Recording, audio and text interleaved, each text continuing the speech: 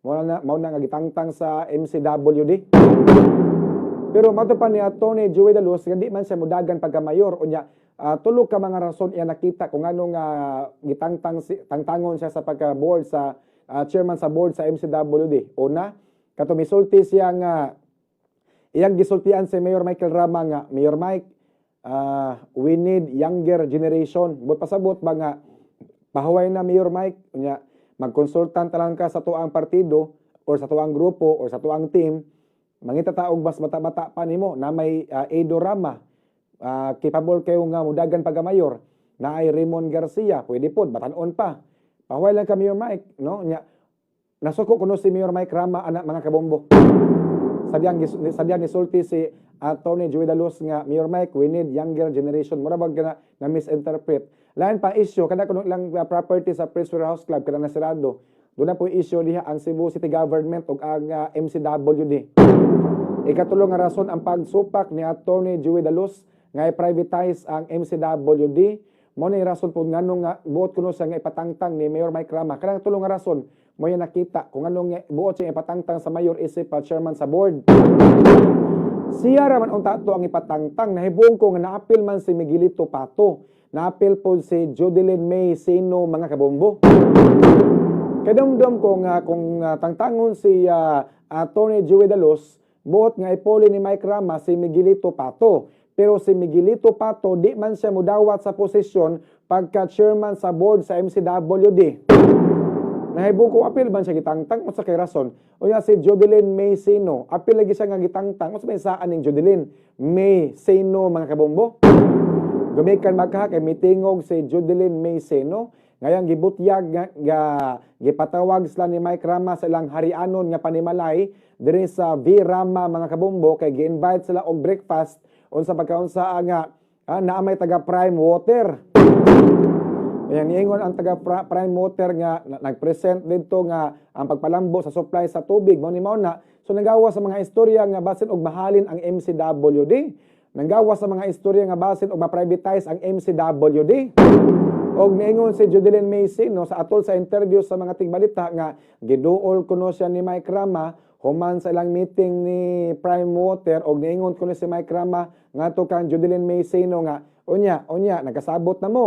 Unya nagkasabot na. So duday something ang pangutana. Unya nagkasabot na mo, nagkasabot na. Ang Prime Water pasultion nga di man namo na paliton, di man mi take over. Among gusto nga motabang lami sa MCWD pagpalambo sa supply sa tubig. Unya ang mayor gipangutana nga anong papulihan man gyud si Atty. Joey de Luz.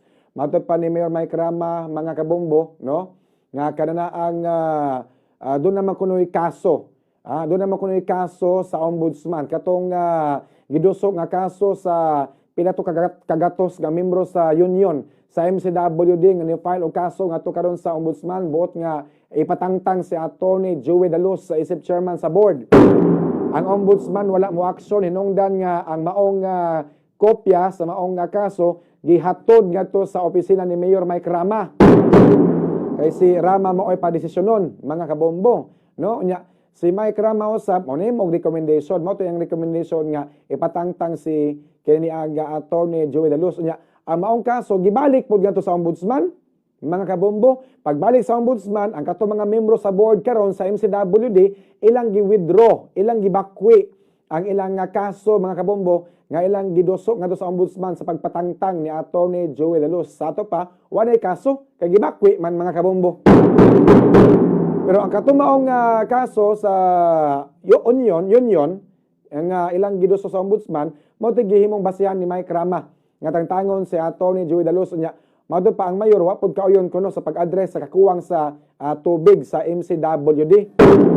Pero sa ako na obserbaran mas bubintaha pa man ang bag-o nga set of officers or sa bag-ong set sa mga membro sa board karon ikumpara sa previous nila Sevilla, nila ni Adlawa, nila ni John P. Kato mo klaro nga wa gyud nahimo.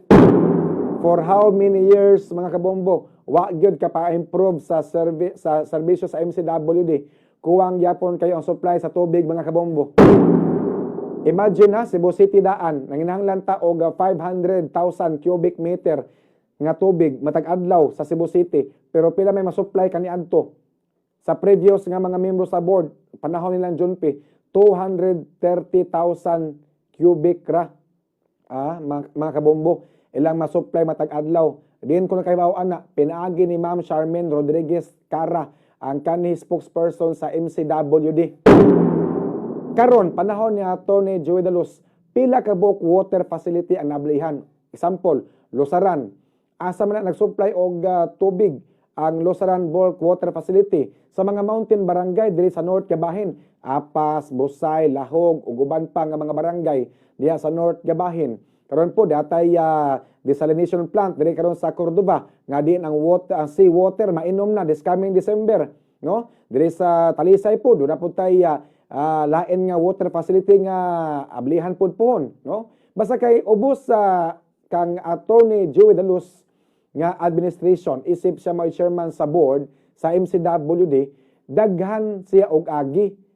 Wa nun siya makabuylo silang trabaho way back 2020 kay bawal lumabas man to. Kanus ang nakalingkod sa si De Luz og iyang mga kaubanan sa MCWD mga 2019 hinapos sa 2019 or early 2020. Niya pag March 2020, nag-lockdown man ta, bawal lumabas, suwa gyud sa makabuylo silang trabaho. Kanus aman nakabuylo silang trabaho, mga kabombo, no? Nakabuylo sila sa ilang trabaho mga 2021 or mga padong na 2022. O sa katuig yun, nga wa gyud maka-perform og tarong ang MCWD kay di mas magkato sa field na sa balay pirmi, nag-work from home raman. Sadyang milurang na ang COVID-19 pandemic, so dito na nga nangita sa pabaagi nga maka-kontrata tag mga water facility nga motabang sa paghatag og dugang supply sa tubig sa MCWD. Sadyang nakabuylo na sila sa laga trabaho, diyan na. Diyan ay mga daghan kayo nga mga water facility ang nakigkontrata sa MCWD nga motabang sa paghatag og dugang supply sa source sa tubig sa MCWD, mga kabombo. So ako naobserbaran sa way pag laban-laban na kabombo, base lang sa ako naobserbaran kay dugay naman ko bit reporter sa Cebu City. Unya ako naobserbaran sa previous nga mga membro sa board, ila ni John P. Sevilla og ni Adlawan og iyang mga kaubanan. Wa mong kinakit-an nga naka-kontrata sila og water facility nga motabang sa paghatag og dugang supply tubig sa MCWD. Pero kang Atty. Joey De Luz, daghan kayo sa gikontrata. Ang Lusaran Landaan ni agas na, ang Cordoba padong December agas na po na, sa Talisay hapit na po. Og uban pa nga mga dapit diri sa Cebu City na apod tay desalination plant na kabombo. Nga pagatukuron para pod nga ma-separate ang kaparat sa tubig dagat. Okay, i-desalt na to, desalination plant. Tangtangon ang kaparat sa tubig dagat para ang tubig dagat mainom, magamit na mga kabombo. So at least, sa ito nakita nga na ay agi. Inyong imugmingon ka diya nga atong tangtangon, kay wa maka-perform og tarong isip chairman sa board, murag dayo naman sa tinuod.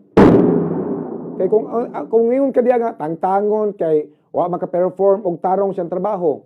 Tangtangon tungod kay wa maka-pa-improve sa ilahang serbisyo sa patubig. Murag layo raman sa tinuod kaya kung naobserbaran sa Barangay Apas, Barangay Busay, Barangay Lahog, ang tubig diha rotational, agas karon, way agas ugma, agas karon na pud nya, way agas na pud ugma. Unya mo agas kadlawon, perting hinaya, kusog pang ihi. Apan sa dihang ni agas na ang Lusaran Bulk Water Facility, 24/7, agas na permi, bisag unsang orasa agas na. Ang pipila ka mga mountain barangay sa north nga bahin, mga kabombo. So at least nakita na ay agi, doon ay nakita na ay agi na improvement ang ato ang water source sa water sa MCWD, mga kabombo. Kuan manggod si Mayor Mike Rama murag doon nakasulsol ani niya nga kuan iyag sip-sip pod nga sakop murag doon nakasulsol ani. Kining ako naobserbaran ang mga sakop sa grupo nga panaghiusa murag may target ro ni Mayor Michael Rama.